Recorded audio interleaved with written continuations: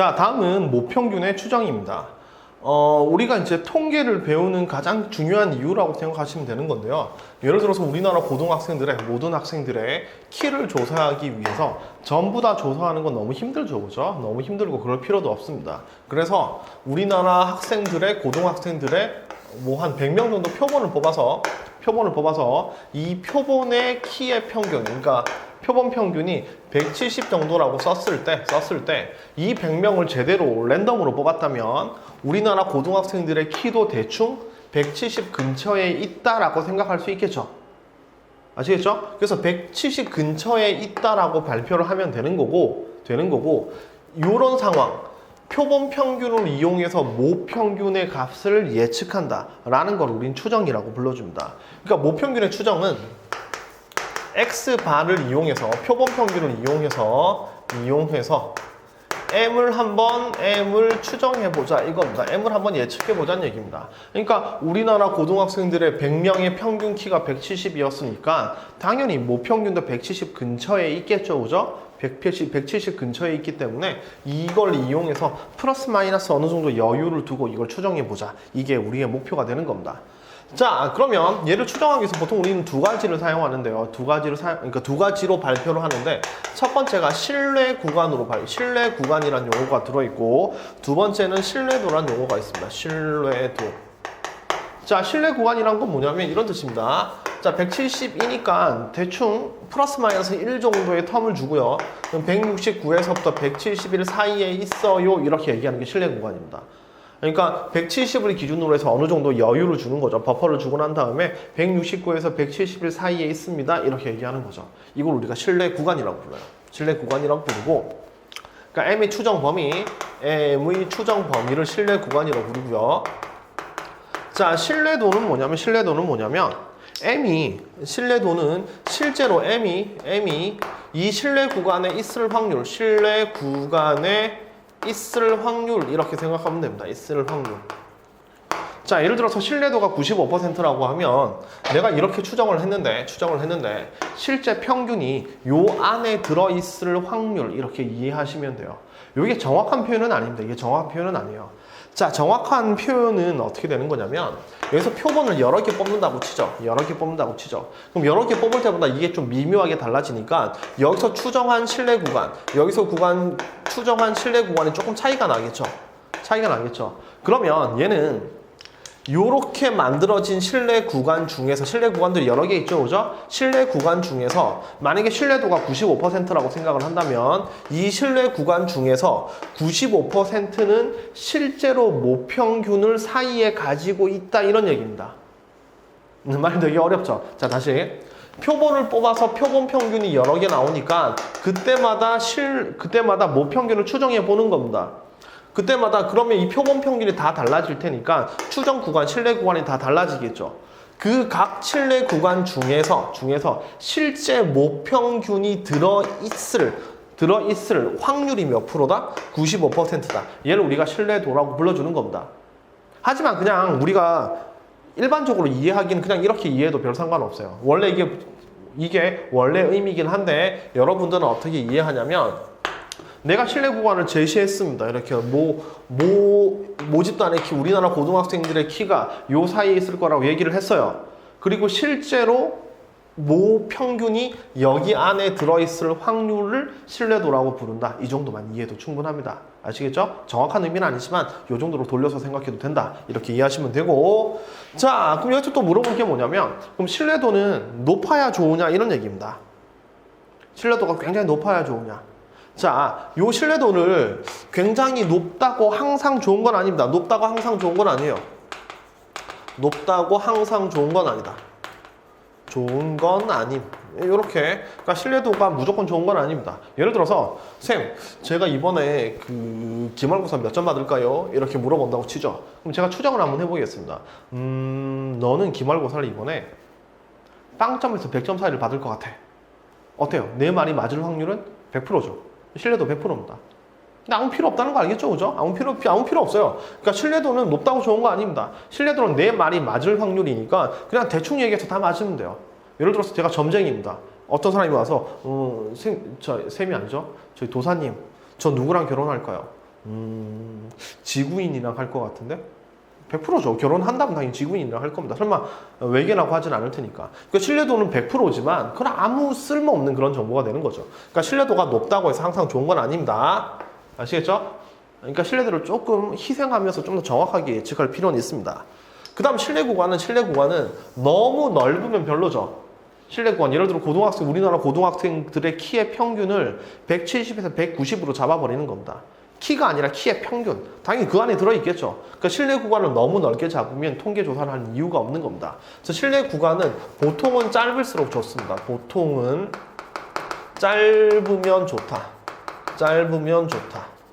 그러니까 좀 정확하게 예측을 하는 게 좋겠죠. 맞죠? 그런데 신뢰도도 희생하면 안 되고 이 둘 사이에 트레이드 오프 관계가 있다. 이 정도로 생각하면 돼요. 그러니까 신뢰 구간이 길어지면 맞을 확률이 높아지니까 신뢰도는 올라갑니다. 그렇다고 너무 길게 예측하면 아무 의미가 없죠. 그럼 신뢰 구간을 좁히면 맞을 확률이 조금 줄어듭니다. 줄어들지만 일단 좁히는 게 좋으니까 이 둘 사이는 약간 그런 트레이드 오프 관계에 있다. 이 정도로 생각하시면 됩니다. 자, 그럼 두 번째. 그럼 신뢰 구간을 어떻게 계산하느냐? 아까 170에서 플러스 마이너스 1 정도를 썼는데 플러스 마이너스 1은 수학적으로 아무 의미가 없죠. 그래서 자, 신뢰도 95% 신뢰 구간은 자, 요 말로 계산을 하면 우리가 알고 있는 게 뭐냐면 표본 평균입니다. 그죠? 표본 평균을 알고 있는데 양쪽에 플러스 마이너스 어느 정도 여유를 붙여서 이 말이 맞을 확률을 95%로 만들겠다는 얘기입니다. 그러면 실제로 모평균이 여기서부터 여기 사이에 있을 확률을 95%로 만들어줘야 되니까 요거 두 개 더한 걸 0.95로 만들어줘야 되거든요. 그럼 좌우 대칭인 거니까 요 절반의 확률은 0.95의 절반, 95의 절반이니까 475인가요? 0.475? 그럼 0.475로 만들어야 되는 겁니다. 0.475. 그러면 이 아래쪽에 확률이 0.475가 되는 Z값이 뭐냐면 1.96입니다. 그럼 끝났죠. 다시 요 오른쪽 확률이 0.475가 되는 Z값이 1.96입니다. 따라서 신뢰도 95% 신뢰 구간은 모평균을 자, 표본 평균 X바에서 왼쪽으로 1.96 곱하기 루트 n분의 시그마. 왜냐면 X바의 표준 편차가 루트 n분의 시그마니까 요 사이에서부터 모평균을 X바 플러스 1.96의 루트 n분의 시그마 이렇게 추정하면 된다는 얘기입니다. 얘가 95% 신뢰 구간, 그러니까 신뢰도 95% 신뢰 구간입니다. 자, 다시 여기 Z가 1.96이니까 요 녀석의 값을 네모라고 잡으면 네모 마이너스 X바 분의 표준 편차가 루트 n분의 시그마죠. X바의 표준 편차가. 자, 요 녀석이 1.96이 나온다 이런 뜻이겠죠. 그죠? 따라서 요걸 오른쪽으로 넘겨주면 돼요. 이렇게. 그러면 네모 빼기 X바가 1.96 곱하기 루트 n분의 시그마가 되는 거고 요걸 넘겨주면 네모는 X바 플러스 1.96의 루트 n분의 시그마 이렇게 되는 겁니다. 아시겠죠? 자, 그럼 여기 오른쪽이고 얘는 왼쪽은 마이너스 1.96이니까 여기 마이너스가 돼버리면 마이너스 1.96 플러스 마이너스라고 쓰면 플러스 마이너스가 되겠죠.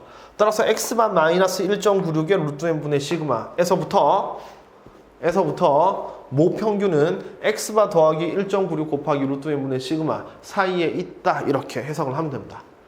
그리고 이 말이 맞을 확률이 몇 프로? 95%. 이걸 신뢰도라고 부르는 거예요. 자, 이번에는 99% 신뢰 구간을 구해보죠. 99% 신뢰 구간. 자, 99% 신뢰 구간은 이 말이 맞을 확률이 99%니까 요거보다 좀 더 넓어야 되겠죠. 그럼 여기서부터 여기까지의 확률이 0.99가 나와야 되니까 0.99를 2로 나누면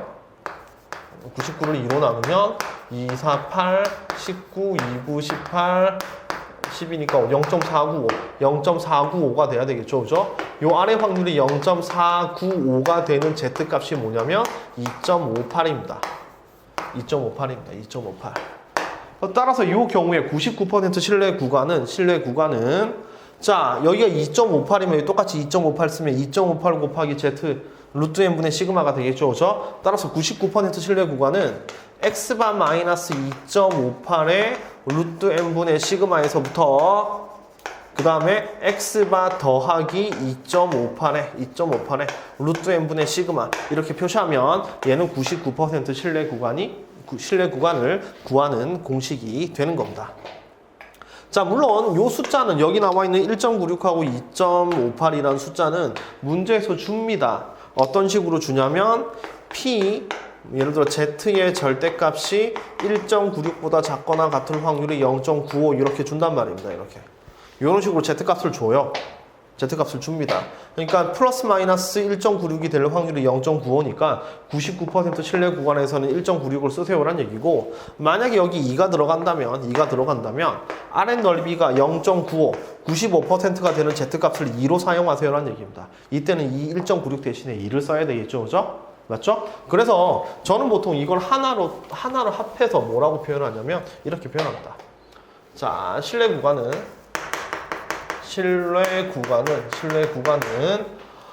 x바 마이너스 z 곱하기 루트 n분의 시그마부터 시작을 해서 모 평균은 x바 플러스 z 곱하기 루트 n분의 시그마 이렇게 표현을 해요. x바에서 플러스 마이너스 z 곱하기 루트 n분의 시그마로 표현을 합니다. 요 z는 뭐다? 신뢰도를 나타내는 z값입니다. 신뢰도에 따라 달라진다. 달라짐 이렇게 생각하면 되겠죠, 그죠? 맞죠? 만약에 신뢰도 95%를 쓰면 Rn 넓이가 0.95가 나오는 Z값을 쓰면 되는 거고, 보통 1.96, 99% 신뢰 구간이면 2.58을 사용하면 된다. 이렇게 생각하면 되겠죠. 아시겠죠? 이렇게 생각하면 됩니다.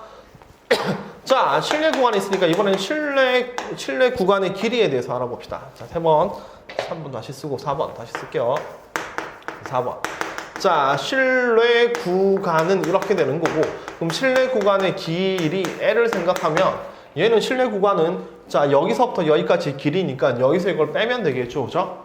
다시 신뢰 구간이 그냥 여기서부터 여기까지니까 여기서 이걸 빼면 됩니다. 그럼 여기서 이걸 빼면 X바가 사라지면서 요 녀석의 2배가 되죠. 그죠? 따라서 신뢰 구간의 길이는 2배의 Z 곱하기 루트 n분의 시그마 이렇게 쓸 수 있겠죠. 루트 n분의 시그마 이렇게 쓸 수 있습니다. 자, 이렇게 쓴 걸 다시 한번 분석을 해보면 우리는 신뢰 구간의 길이는 짧으면 좋다고 그랬죠. 그죠? 요걸 낮추고 싶습니다. 신뢰 구간의 길이를 낮추고 싶어요. 그럼 얘는 2는 숫자니까 그냥 내버려 두고 손댈 수 없으니까 이거 신뢰 구간의 길을 짧게 만들려면 Z를 낮춰야 됩니다. 근데 Z를 낮춘다는 건 신뢰도를 희생한다는 얘기죠. 그죠? 만약에 신뢰도 50% 이렇게 되면 사실은 찍는 거랑 똑같은데 별로 통계적으로 의미가 없죠. 그죠? 따라서 Z를 낮춰야 되는데 이것도 싫어요. 그러면 Z를 낮추는 게 싫으면 자, 이 시그마도 모표준 편차니까 상수입니다. 그죠? 얘도 손댈 수가 없어요. 그럼 할 수 있는 방법은 뭐밖에 없나요? 뭐밖에 없냐면 이거밖에 없습니다. 요 n을 키우는 수밖에 없죠. 아시겠죠? 자, 다시 신뢰 구간의 길이를 짧게 만들려면 신뢰도를 낮추거나 얘를 짧게 만들기 위해서는 신뢰도를 낮게 만들거나 표본의 크기는 키우는 수밖에 없습니다. 표본의 크기를 키우는 수밖에 없습니다. Z를 낮게 만들거나 표본의 크기를 키울 수밖에 없는데 당연히 이 방법을 선택해야 되겠죠. 우리가 알고 있는 상식이랑 맞습니다. 그죠? 좀 더 정확하게 예측하려면 표본 많이 뽑아야 된다라는 거랑 같은 얘기입니다. 아시겠죠? 그래서 이제 신뢰 구간의 길이에 대한 얘기도 설명을 했습니다. 자, 5번째 좀 주의해야 될 게 있는데요. 5번째. 주의라기보다는 자, 요 식이 좀 이상하게 느껴지지 않나요? 예를 들어서 이거 문제를 하나 풀어보죠. 자, 문제를 하나 풀어보겠습니다.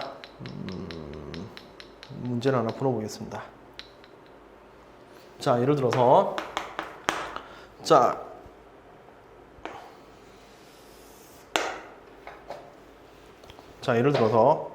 왜 그렇죠? 잠깐만, 뭐지? 자, 문제를 하나 풀어보겠습니다. 자, 모표준 편차가 10으로 알려져 있는 어떤 모집단에서 표본의 크기 100개를 뽑았습니다. 100개를 뽑았는데 이 100개의 표본 평균이 70이었어요. 표본 평균 70이었어요. 자, 이때 95% 신뢰 구간을 구하세요라는 얘기입니다. 95% 신뢰 구간. 자, 문제 자체는 되게 쉽습니다. 자, 얘는 표본 평균이 70이니까 70에서 플러스 마이너스를 붙이면 되겠네. 플러스 마이너스 요걸 붙이면 되는 거죠, 그죠? 요걸 붙이면 되는 거고 95% 신뢰 구간이니까 먼저 요 값부터 계산하면 1.96 곱하기 루트 n 100개를 뽑았으니까 10 들어가고 시그마 10 이렇게 들어가면 되죠, 그죠? 그래서 모표준 편차가 10이니까 이렇게 쓰고 나면 얘가 1.96입니다. 그래서 요 녀석의 값이 1.96이었기 때문에 따라서 모평균을 추정하면 자, 70 더하기 1.96 그 다음에 70 마이너스 1.96 이렇게 해석하면 됩니다. 그래서 모평균은 70 마이너스 1.96부터 시작을 해서 70 더하기 1.96까지 간다 이렇게 쓰면 이 문제는 그냥 끝입니다. 어때요? 되게 쉽죠? 그리고 얘가 주로 하는 겁니다. 우리가 통계에서 표본 평균을 이용해서 모평균을 한번 추정해 보자 이겁니다. 자, 근데 이걸 풀면서 좀 이상한 게 느껴지는 게 있지 않나요? 좀 이상하지 않나요? 뭐가 이상하냐면 이걸 어떻게 알지? 얘가 좀 이상한 겁니다. 이걸 어떻게 알지? 왜 그러냐면 우린 모평균 모르잖아요. 모평균 모릅니다. 그죠? 모평균을 모르니까 이렇게 억지로 추정을 하고 있는데 모평균을 구하려면 모표준 편차를 알아야 돼요. 이게 모표준 편차거든요. 다시 모평균을 몰라서 이걸 추정하고 있는데 모평균을 구하려면 모표준 편차를 알아야 됩니다. 근데 모표준 편차는 모평균을 모르면 못 푸는 거죠. 그러니까 사실 그러니까 이거는 문제가 안 되는 겁니다. 이걸 몰라요. 이건 모릅니다.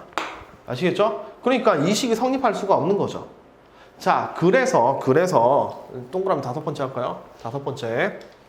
동그라미 5번째. 그래서 우리는 일반적으로 시그마는 모릅니다. 모표준 편차를 모를 때는 표본 표준 편차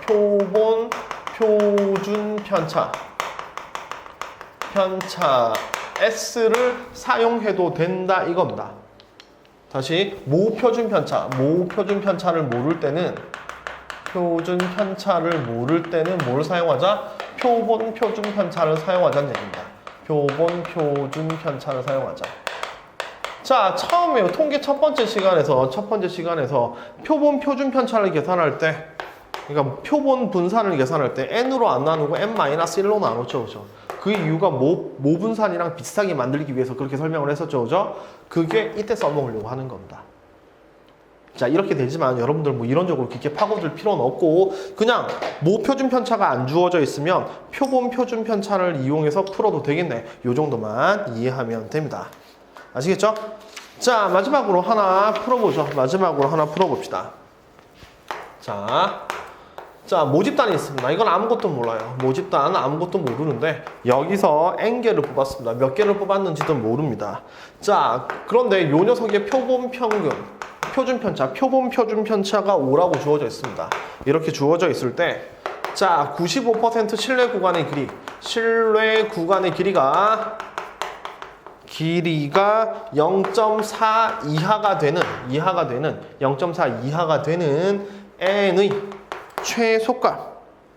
최소값을 구하세요. 자, 이렇게 문제를 한번 내보죠. 자, 좀 꼬아 있지만 어쨌든 문제가 이렇게 나옵니다.